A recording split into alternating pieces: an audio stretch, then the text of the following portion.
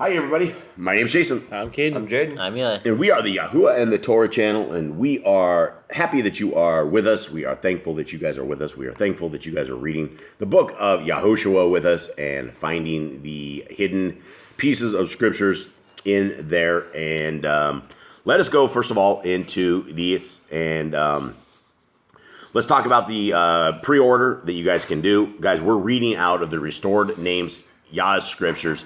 It is available pre-order right now. We ask that if you guys would please grab these and grab the pre-order. For anybody that listens to this channel, these scriptures are a golden piece of a wonderful, just a great manuscript. So guys, please, if you can, grab these manuscripts. They will be delivered in February and March. This is a very, very tremendous scriptures. And I thought we replaced the thumbnail on this, and maybe we didn't.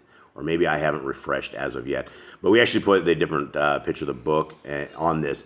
It is 103 books. It has 3 different bookmarks. It's large print, and it is absolutely the best manuscript that you will find anywhere. They just do not exist. There we go. That is that's the new thing. And that's not actually the front cover of the book. That's just a mock-up that we did because it looked a little bit better than the other one. Guys, the links are in the bottom below. If you guys would like to grab this, free of charge. Here's the PDF. This is absolutely free. Miss Nicole is actually, before I thought it would be about a month or so, but she's actually working on the revision 5 of this one right now, which will match the actual scriptures that have gone to print. And we're going to be combining more than likely both of these scriptures into one. So you will have the whole 103 into one PDF. That is all dependent upon the size of it. We're doing some testing right now on the size to make sure that we can get it under 20 megs for both, for all 103 books. Now let's begin yesterday. Let's begin on some issues that we had yesterday because we didn't know exactly what hamstringing an animal means. And so we were kind of musing about different things here and there.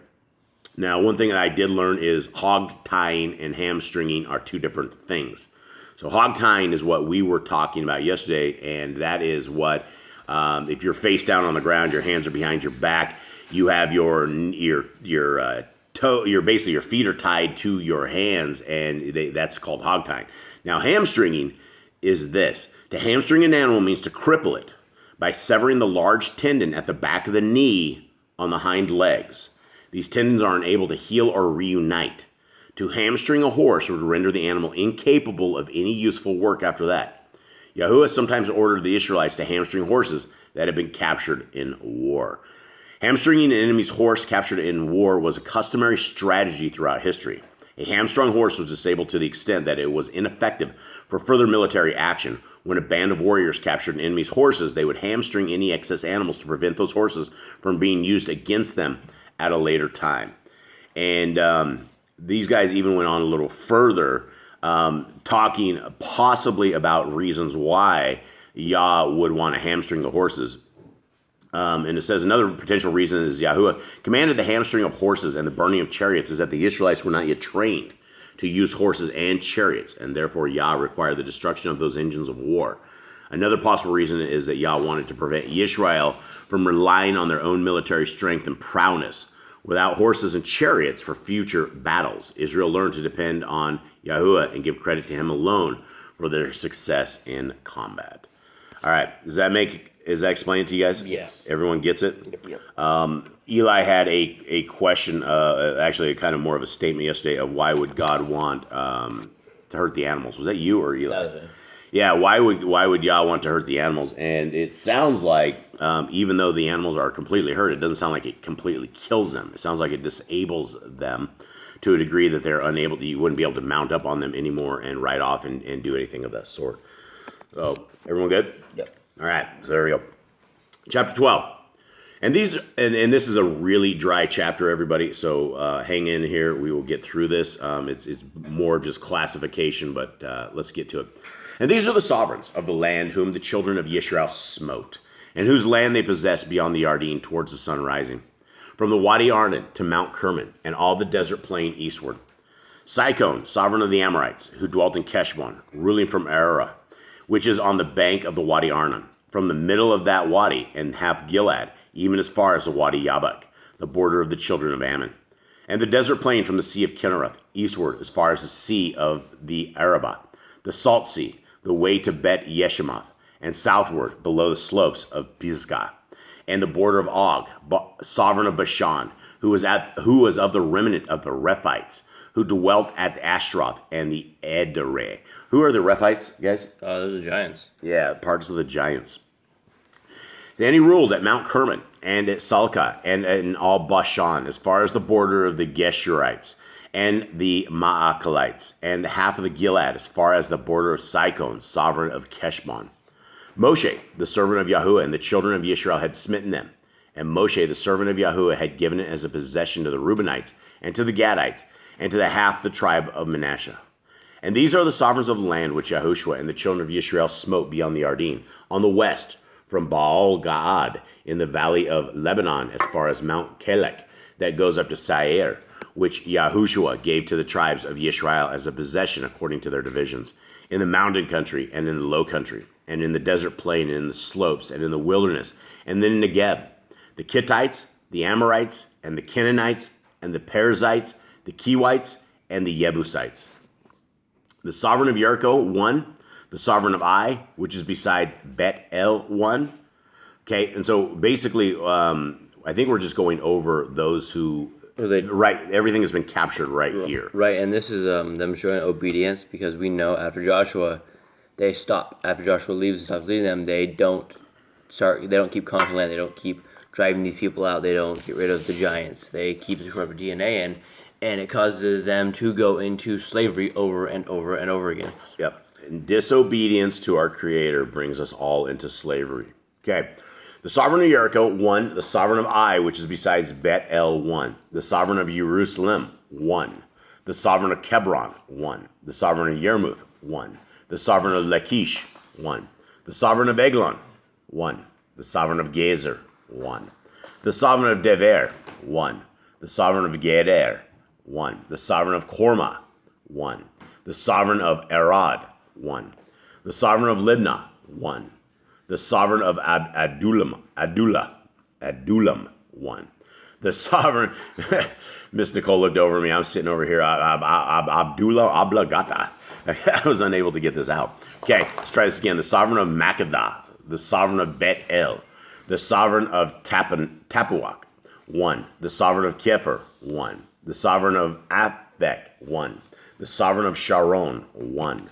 The sovereign of Madon, 1. The sovereign of Katzor, 1. The sovereign of Shimron, Meron, 1. The sovereign of Akshaph, 1. The sovereign of Ta'anak, 1. The sovereign of Megiddo, 1. The sovereign of Kadesh, 1. The sovereign of Yakinam, 1. In Carmel, 1. The sovereign of Dor in the heights of Dor, 1. The sovereign of the nations of Gilgal, 1. The sovereign of Tershah, 1. 31 sovereigns in all. There's a lot of people. That is a lot of cities and places they have now conquered. Being a very smaller of the people, they are able to conquer quite a bit. Yeah, and even though these are very dry chapters that we read, there's certain chapters every once in a while you'll read them, genealogy chapters that really are rough, and it's dry, and but it's very necessary. Because when you make it to the lineage of Messiah Yahushua, you can trace them all the way back through all of these times, through all these peoples, through all of this, and it goes all the way back. And so that's what the lineage is, very important. And so is this historical accounts, right, of all of these people. Now, when we're reading through these, I mean, every one of these, like attempting to take over a certain group of people and kill them all, that would be one feat. But these guys went through this, as we just read through that, the tournament list. These guys all made it through the tournament, and they won, right? If it was one of those little fighting chart things, it's like they had everybody, and they made it to the end. Yisrael made it all the way to the very end, and every one of these guys, which are huge people. I mean, these people aren't weak. We're not talking a bunch of Girl Scouts, selling brownies or something. We're talking big giants with heavy armor, swords, all this kind of stuff. They had all this armor and all this stuff way back in the days of the fallen, when the fallen angels were teaching the sons of men how to make these weapons of war and how to make all this stuff. So this list is a huge lineup of just, I mean, it would be like essentially watching fights throughout the years, and just seeing all these people being able to fight them. But they fought them very quickly, one after another, and some of these guys actually came all at the same time and were trying to take him out. And it wasn't even a fair fight. It was like huge amounts of battlers versus these people of Yisrael. And these people of Yisrael were not warriors. They don't know how to fight, and they haven't been trained to fight. And these guys they're fighting, they've probably been fighting all their lives. So with that, that leads us out of this chapter. Anyone else have anything at all? We can see that it took 5 kings. They tried to team up 5 people. That's 5 armies, and it still was not enough for the power of Yah. Yeah, absolutely. Yeah, you cannot challenge the power of Yah. Yah will knock your chariot wheels off in the middle of trying to run through the seas, and there's just it's not a fair fight when Yah is fighting against you. It just isn't. And so that is more reasons that we should be in covenant with our Creator. We should be in covenant with our Messiah. And to be in covenant doesn't mean that you put the laws, statutes, and commands on the cross and that you don't keep them. It means that you do keep them and you keep obedience to our Creator, which this is what it's all about. So with that, guys, I hope you guys have a wonderful day. We are out. All right, shalom.